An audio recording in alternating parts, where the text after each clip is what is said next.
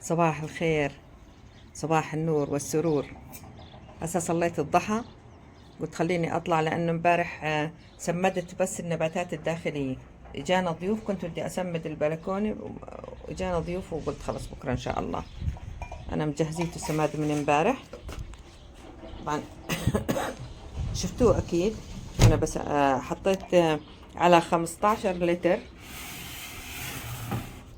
حطيت على 15 لتر 4 ملاعق من اللي هو العشرينات ام بي كي، و4 ملاعق من الحديد. في ناس راح يقول لي مثلا ليش تحط الحديد؟ ما الحديد لو هم حطوه، بس انا مجربيته الحديد مع لو مرة كل شهرين نحط الحديد مع الام بي كي ممتاز، مش الحديد لحاله. انا صرت من يعني لاني جربت شفت فوائده للنبات افضل من ما نحطه لحاله. يعني نضرب عصفورين في حجر. هسه بدي اسمد النباتات اللي عندي.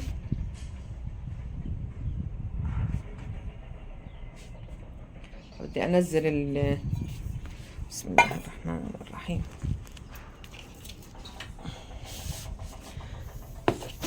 وحدة بتسألني بتقول لي يا خالته يعني لما بدنا نسمد نحط السماد على النباتات تكون جافة ولا ساقينها؟ لا طبعا ضروري تكون جافة، جافة جدا، مشان بسرعة الجذور يمتصن السماد اللي احنا حطيناه، بسرعة بيمتصنه لما تكون جافة. لما تكون رطب وساقينه لا مش مزبوط. بسم الله الرحمن الرحيم. شايفين جاف كثير، ها جاف كثير يعني حتى لون الخضار ببلش يبهت. بسم الله.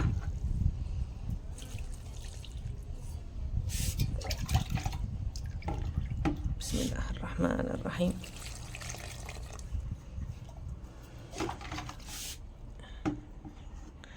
وحدة بتسألني لما أسقي بصير أغسل نبات الخبيزة؟ طبعا بصير تغسليه.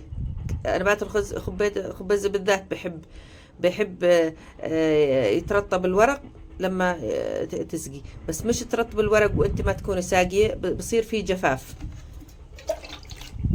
بنحرق له. انا مجربيته كنت اسقي، كنت يعني ارش، اكون مثلا بشطف وهن عطشانات بس ارشهن، لا يصير جفاف في الاوراق وبيحترقن. بسم الله الرحمن الرحيم. شايفين كله جاف.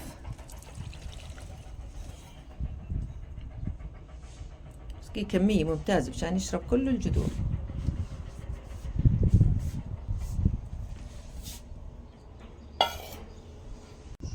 الحمد لله هسه سقيت ونظفت الارض لانه كله نزل على الارض، كله نزل على الارض.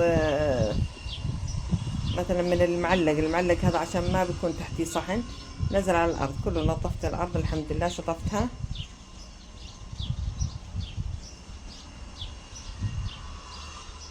الحمد لله رب العالمين، الحمد لله.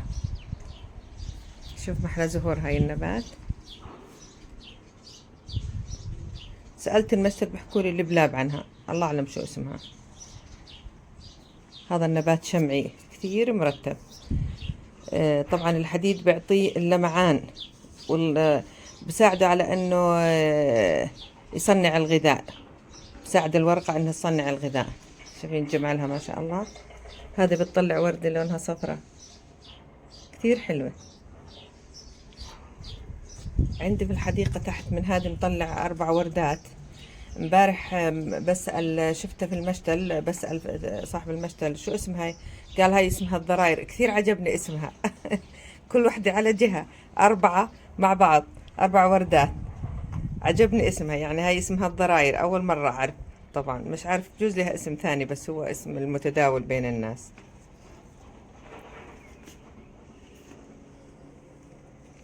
أنا حاطة فيها 4 أو 5، لا هاي النبات هذا المتدلي اللي هذا مثل بشبه المسبحة. حاط فيها أنا دمعة الطفل، هيها كبراني ما شاء الله. وهذا النبات بس نموه ضعيف كثير. هذا النبات مثل النبات الموجود في الجوار الثاني، بس هذا الأبصر إن شاء الله خير.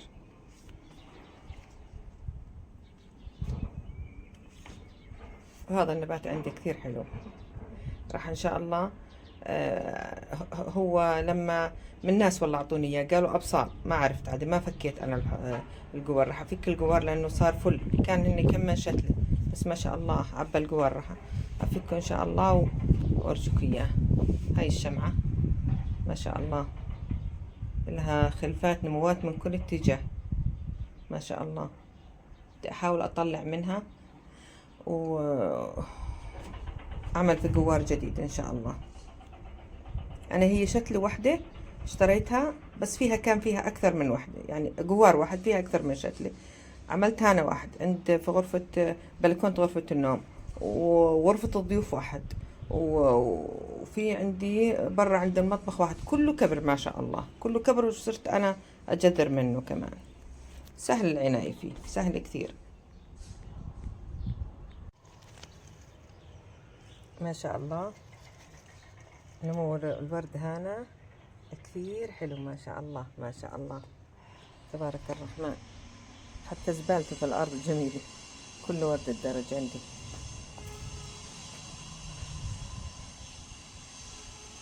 هذا فم السمكة، هذا من نبات الثلج.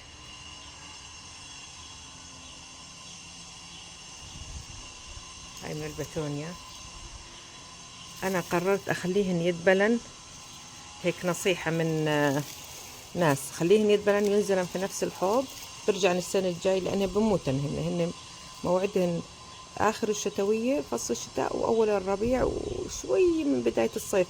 يعني أنا الحمد لله حاطتهم في مكان تصفى الشمس بس ساعتين أو 3 في النهار، بس وبعدين الضوء، لأنه السور عالي ومغطى في البيت.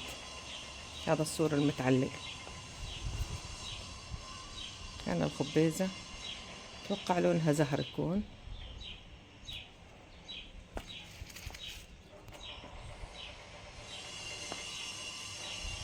الجزانية عندي بس طويلة علي، عالية علي، مش قادرة أصلها. جزانية كثير حلوة. هنا فم السمكة لون أصفر، هنا بتونيا.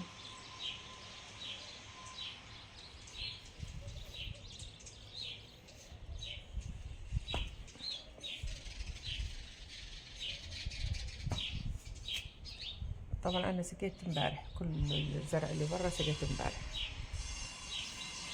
بسم الله الرحمن الرحيم.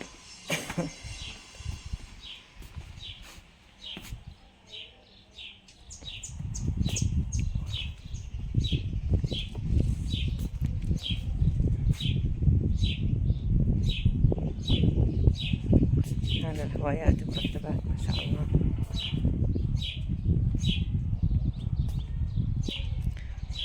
هذه هي زهرة الضراير. عجبني مسماها، يعني كل وحدة في اتجاه.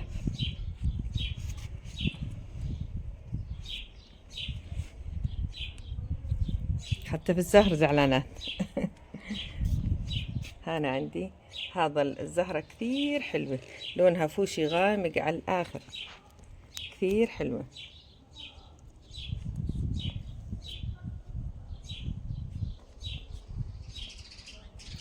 أنا عندي الفوشي بس أفتح، يعني مش في غامق زي هذيك. بسم الله الرحمن الرحيم.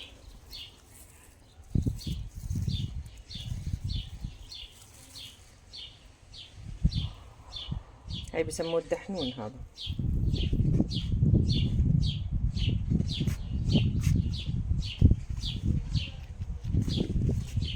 شايفين ما شاء الله لون الورد بجنن ما شاء الله.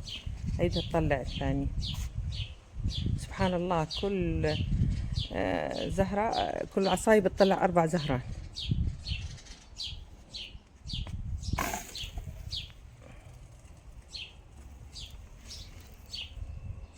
هنا كمان بدور من هذا، أنا نزلتهن، هيهن طالعات من الشاب الظريف أو الساعة الرابعة.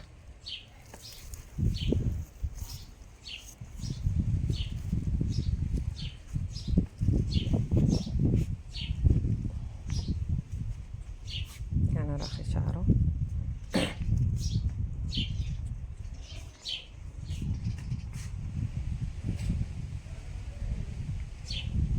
امبارح قطعت من ورق العنب، بعدين من الحج بعت لي في ناس جانا، قلت يلا اهلا وسهلا.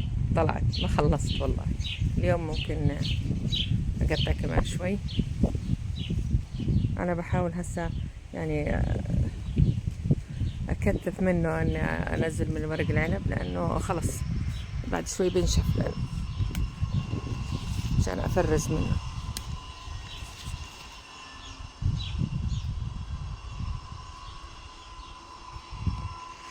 بندورة ما شاء الله.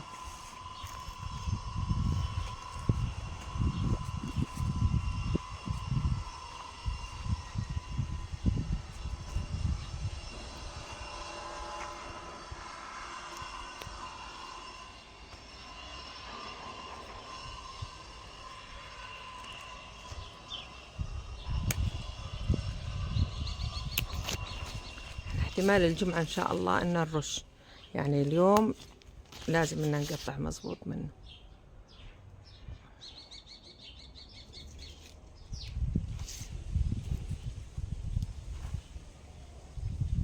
مجنونة هانا تطلع ورق مظبوط. انا بعطشها كثير عشان تطلع، شايفين وردها ما شاء الله.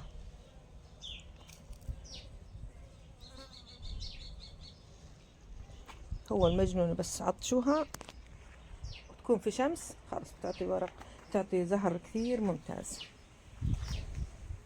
هذه عندي زهرتها ما شاء الله. هاي في الارض انا زارعتها، راح اجيب ان شاء الله الاسبوع الجاي جوري وازرع في الارض. هنا جوري الوان، في نازل الوان، يعني الوردة فيها اكثر من لون، كثير حلو عجبني في المشتل.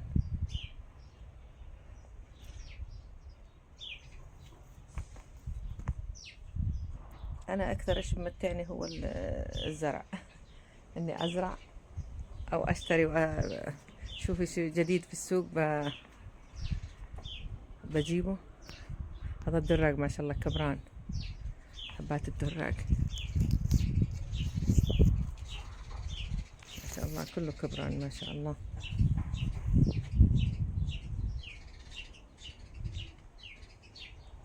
سامعين صوت العصافير محلاه.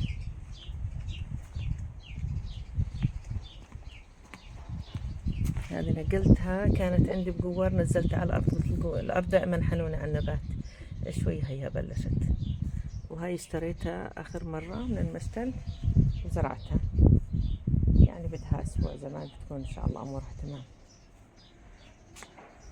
شايفين الليمون الصغير ما شاء الله، ما شاء الله مليانة محملة المرة هذه ما شاء الله. الله يبارك يا رب، الله يزيد ويبارك. احنا بنطعم منه، بوزع بناتي واللي بده اهلا وسهلا.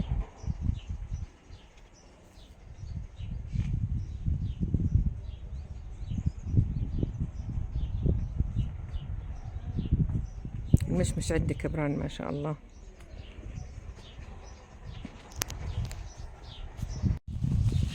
شايفين العناب ما شاء الله.